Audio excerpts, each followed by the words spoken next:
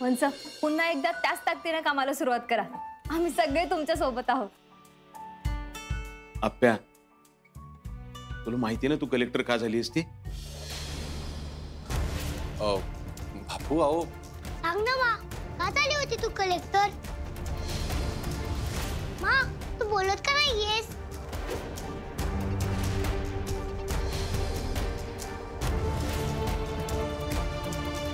अमोल बाळा, अरे मा आजारी आहे ना, असं मागं लागतात का? अरे बाबा, मा आता ऑफिसला जाणार आहे ना, मग तिला माहिती पाहिजे की ती का कलेक्टर झाली. तिथे अगं आपला अमोलदादा गेल्यानंतर त्याचं स्वप्न पूर्ण करायचं आणि अमोलदादा ज्या पद्धतीने गेला ना ती वेळ दुसऱ्या कुणावरच येऊ नये म्हणून तू कलेक्टर झालीस. बापूंचं स्वप्न पूर्ण केलंस. तरुण वयात गेला ग आपला अमोलदादा, पण तू त्याचं दुःख न करता त्याचं स्वप्न पूर्ण केलंस. हो, मी आता पुन्हा एकदा जोमाने कामाला लागते. मी शहराच्या सगळ्या अडचणी सोडवी. त्यासाठीच तिकडे जायची परवानगी देतोय आम्ही तुला, नाहीतर तू बरी झाल्याशिवाय तुला जाऊच देणार नव्हतं. नारजा, आता माझ्या लेकीची नीट काळजी घ्यायची हा. आता झालं ते झालं, पण आता तिच्यावर कुठलंही संकट येता कामा नये. आप्या, एवढ्या मोठ्या संकटातनं वाचलीस कारण सगळ्या घरातल्यांचं तुझ्यावर प्रेम होतं ग. लाखो जण प्रयत्न करत असतात ग, आणि हे कलेक्टरचं पद तुझ्या पदरात पडलं कारण तुला लोकांविषयी प्रेम आहे, जिव्हाळा आहे. अपर्णा, शहरावर आलेलं हे खूप मोठं संकट आहे. आता तुला धाडसाने सगळे निर्णय घ्यावे लागणार आहेत. आणि मला माहितीये वंस यातून नक्की मार्ग काढतील. अप्पे, अर्जा, अरे एवढी लोक आजारी पडली, दगावली, पण ह्याच्या मागं जो कोण आहे ना त्याला लवकरात लवकर शोधून काढा आणि त्याला लगेच खडी पोडायला पाठवा. हो कदम, निघतो आम्ही आता, निघू.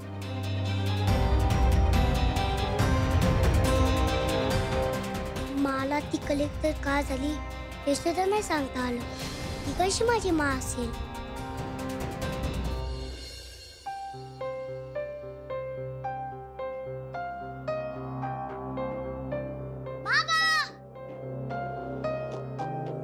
काय रे, तू आवरून शाळेत जाणार होतास ना? हो बाबा, पण मला तुझ्याशी काहीतरी बोलायचं आहे. अरे बोल की मग. बा, तू गाडीत बस, मला बाबाशी काहीतरी बोलायचं आहे.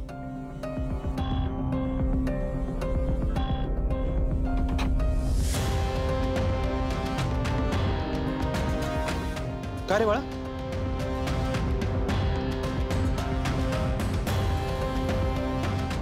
बाबा, मला असं वाटते तू काहीतरी चुकीचं केलं आहे. काय चुकीचं? हो, कारण ही माझी मा नाहीये बाबा.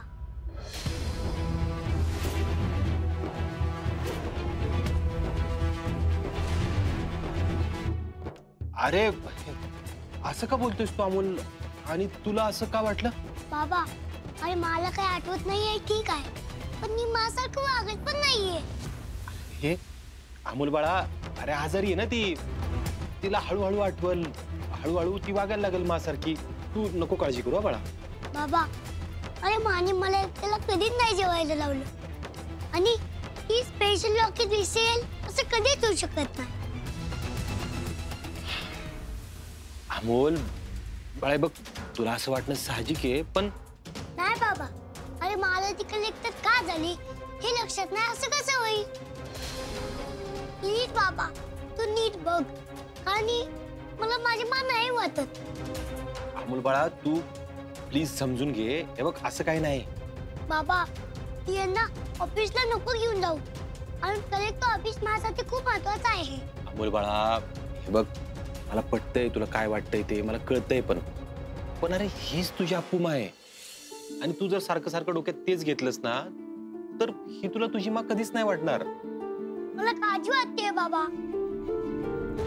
माने कलेक्टर ऑफिससाठी खूप काय केलंय, तिथे काही चुकीचं होऊ नये एवढं वाटतं मला.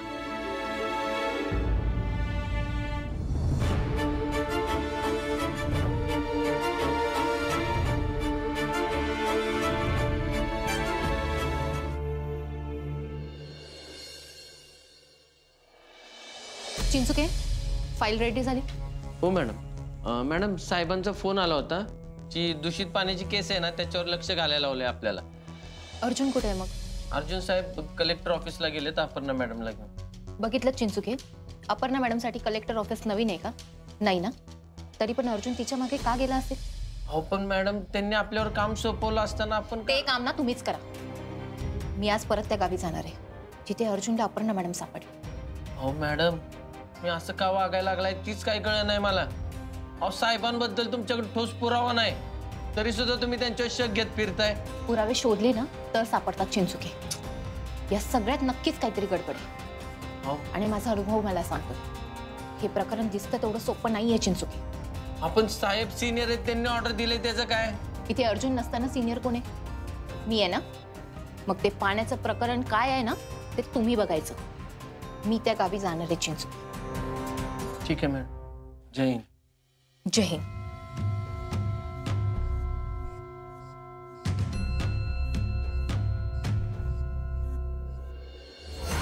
ही एक एक फाईल करोडो रुपयाची आहे, पण जोपर्यंत त्याच्यावर कलेक्टर बाईच्या सह्या होत नाहीत तोपर्यंत ह्याची किंमत शून्य आहे.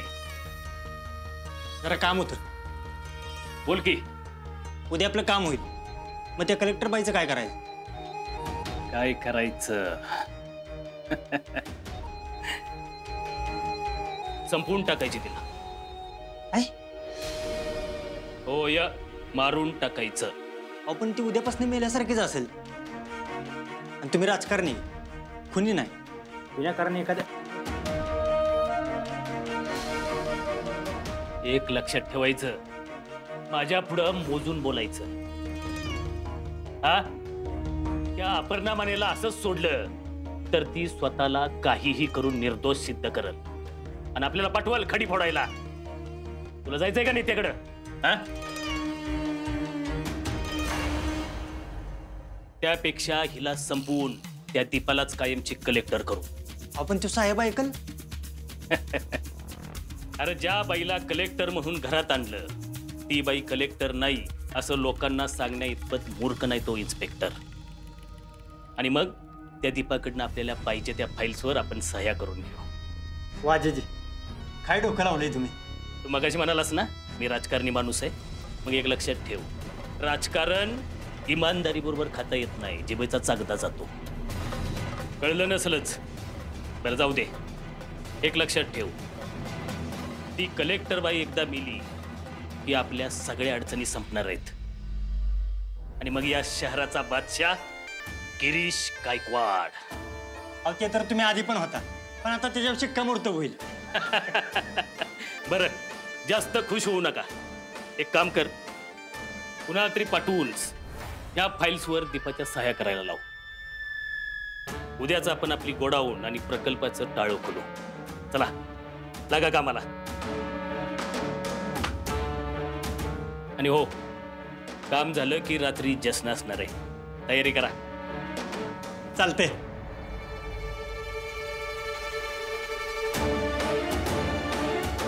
कलेक्टर अपर्णा सुरेश माने ज्या ठिकाणी मी उभा आहे ना त्या ठिकाणी तुमच्यासारख्याला संपवूनच पोचता येतं. त्यातल्याच तुम्ही एक.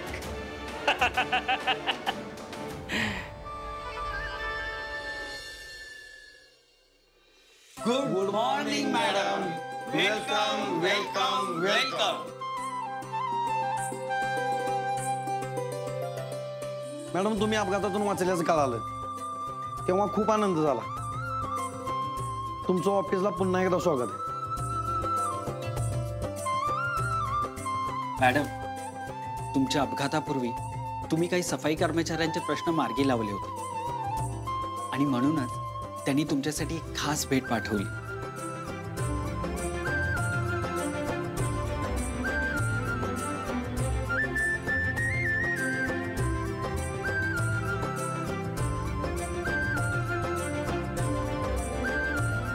हे पत्र आहे, सफाई कामगारांनी दिले. वाचा.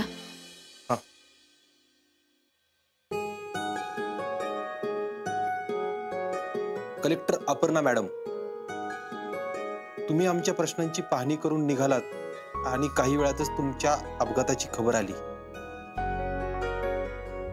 त्यावेळी आम्हाला धक्का बसला होता, पण तुम्ही गेला अशा खबरा येत असतानाच दुसऱ्या दिवशीच आमच्यासाठी साफसफाईचं सामान आणि मशिनी आल्या. आम्ही त्या लोकांना विचारलं की मॅडम तर बेपत्ता आहेत, मग हे सगळं कसं काय आलं? तर त्या लोकांनी आम्हाला सांगितलं की मॅडम इथून गेल्या तेव्हाच काम मार्गी लावून गेल्या होत्या.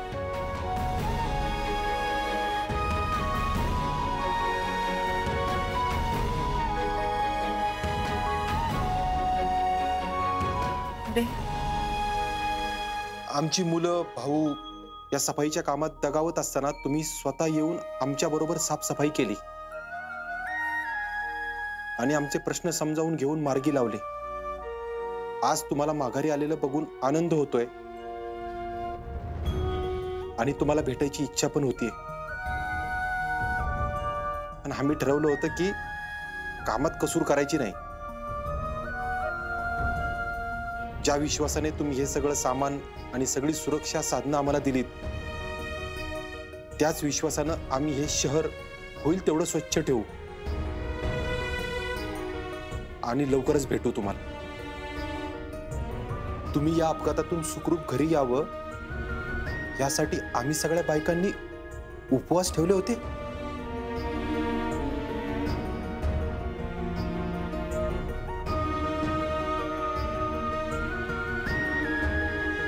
देवाचे आभार की आज तुम्हाला आम्ही हे पत्र लिहू शकलो. आपले कृपाभिलाषी समस्त सफाई कामगार.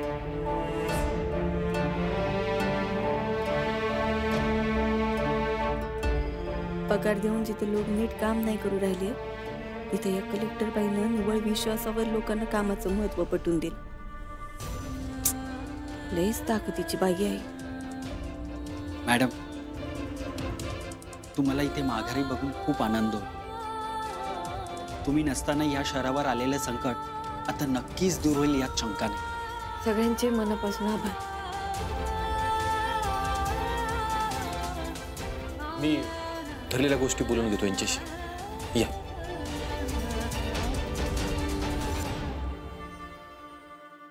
मॅडम, आमच्या गावातील पाण्याच्या अडचणीचे अर्ज घेऊन आलोय. तुम्ही थोडे बघता का?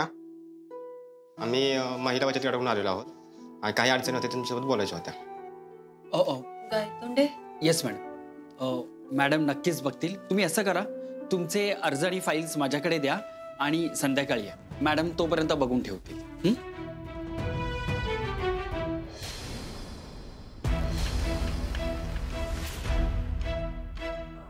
यावं का मी?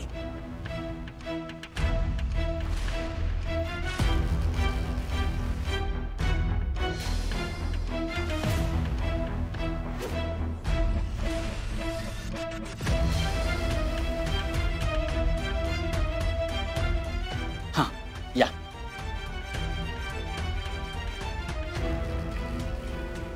या अपर्णा मॅडम लोकांचं भलं करू राहिली. या अशा सह्या करणं चुकीचं आहे. पण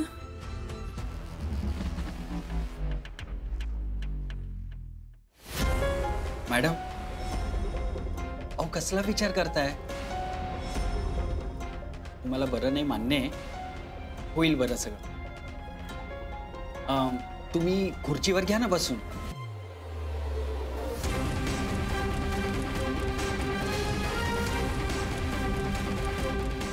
एक मिनिट.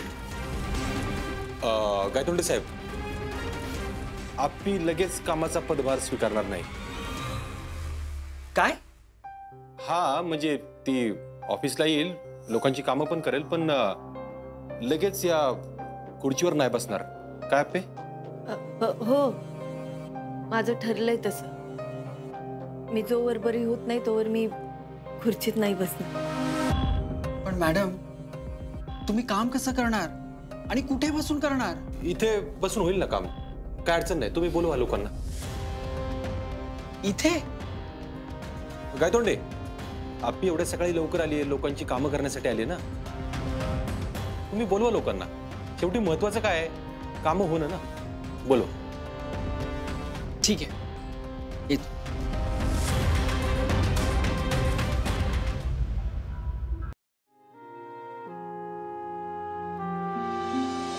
दाद्या, हा बोला ना. अरे मागच्या 2 दिवसात पाण्यामुळे विषबाधा झाली, त्याच्याबद्दल काय माहिती कर तुला? आम्ही पाणी विकतच घेऊन पितो. त्या शासनाच्या पाण्यावर आम्हाला विश्वास नाही. अरे काय बोलतोय कळतं का तुला? आणि ज्यांची परिस्थिती नाही त्यांनी काय करायचं? ज्यांची परिस्थिती नाही ते त्यांचं खुशाल बघतील. आम्हाला कशाला त्रास देत आहे? नाही त्रास देत बाबा, जा. काय माणसं आहेत राव, इथं पाण्यामुळे माणसं दगावल्यात आणि यो विकत पाणी घेतोय त्याची टिमकी वाजवतोय. ही भांडवलशाही आहे ना, देशाला लागलेली कीड आहे, कीड.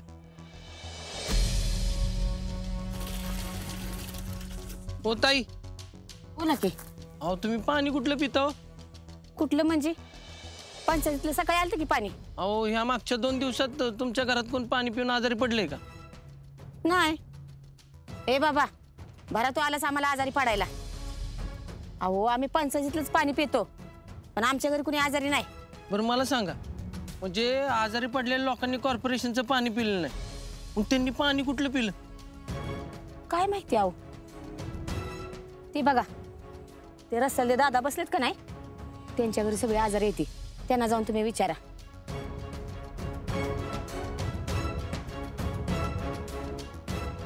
मागच्या 2 तासात चौकशी करतोय, ज्यांनी ज्यांनी कॉर्पोरेशनचं पाणी पिलंय ते आजारी पडलेले नाही, मग ह्यांनी पाणी पिलं कुठलं?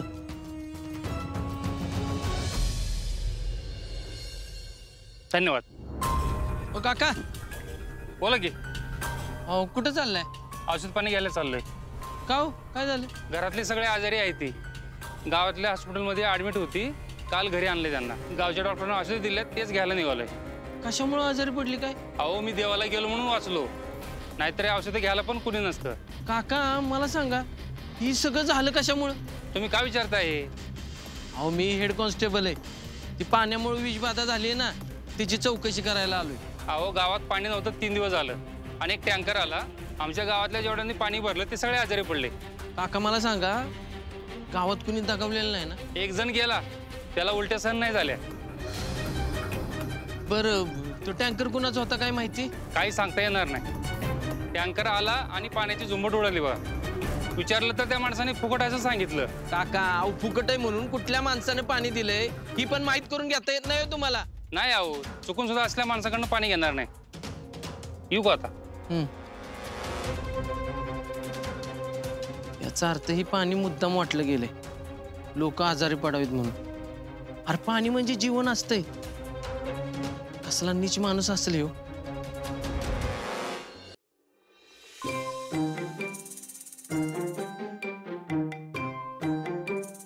दीपा सॉरी बरं का. अहो नाही साहेब, काय बोलू राहिले साहेब तुम्ही? अहो हे उलट भारी आहे, पोकर टाकलं बसते. ते अधिकारी येतील, जरा नीट बस, ती चप्पल घाल. सॉरी. Hello sir. मॅडम तुम्ही असं इकडे बसलाय, बरोबर नाही वाटत. काय तोंडे, माझं ठरलंय, जोपर्यंत मला बरं वाटत नाही तोपर्यंत मी इथेच बसणार. मीटिंगला सुरुवात करूया. कालच्या प्रकरणाचे सगळे रिपोर्ट पाहिजे मला. येस येस नक्कीच.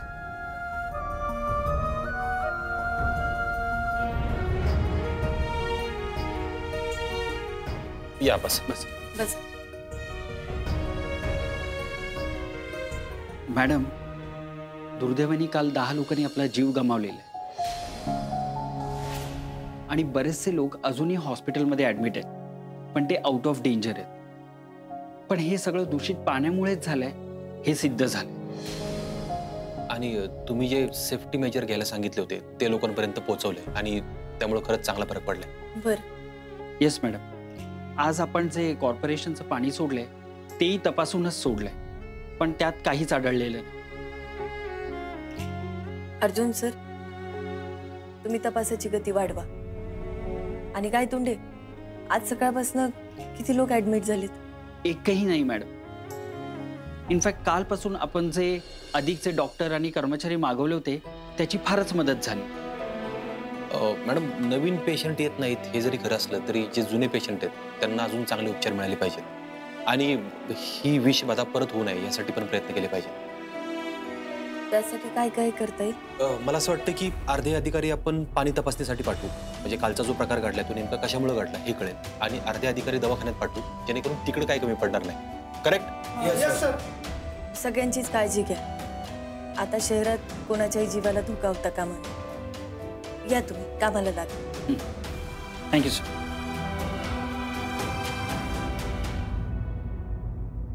साहेब, मी काय म्हणून राहिले, ते तपास लागला का हो? कळलं का कोण केलं हे? नाही अजून काय तपास लागला, पण चालू आहे, तपास चालू आहे. आज संध्याकाळपर्यंत कळेलच नक्कीच.